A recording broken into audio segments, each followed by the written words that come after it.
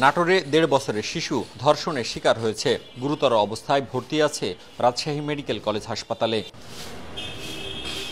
Police জানায়, নাটোর শহরের উত্তর আলাইপুর হরিজন কলোনির ১.৫ বছরের শিশুকে জন্মের পর থেকেই প্রতিবেশী কবির শাহ ও তার স্ত্রী দেখাশোনা করত।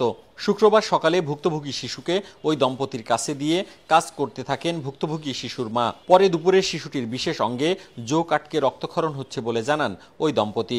স্বজনরা শিশুটিকে দ্রুত নাটোর সদর হাসপাতালে নিলে চিকিৎসকরা জানান শিশুটিকে নির্যাতন করা হয়েছে। পরে আশঙ্কাজনক অবস্থায় রাজশাহী মেডিকেল কলেজ হাসপাতালের ওয়ান স্টপ ক্রাইসিস সেন্টারে ভর্তি করা হয় তাকে। এরপরে রাতেই উন্নত চিকিৎসার জন্য নেওয়া হয় শিশু সার্জারি বিভাগে। ওই প্রথমে এসে বলতেছে তোমার ছেলের হলো চোখ ধরেছে ভিতরে।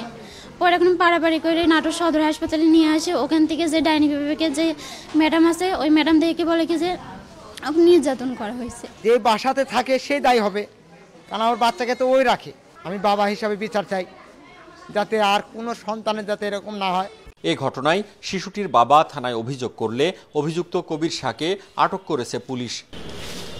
শিশুটি ধর্ষণের শিকার হয়েছে বলে প্রাথমিকভাবে জানিয়েছেন চিকিৎসক। তবে নিশ্চিত হওয়া যাবে মেডিকেল পরীক্ষার পর। পরীক্ষা নিরীক্ষা যেটা দেখা গেছে তাতে মনে হচ্ছে যে ফোর্সফুলি তাকে ইনজুর করা হয়েছে। ভুক্তভোগী শিশুটি শঙ্কামুক্ত ও তার রক্তক্ষরণ বন্ধ রয়েছে বলে জানান চিকিৎসকরা। মওদুদ রানা, সময় সংবাদ, রাজশাহী।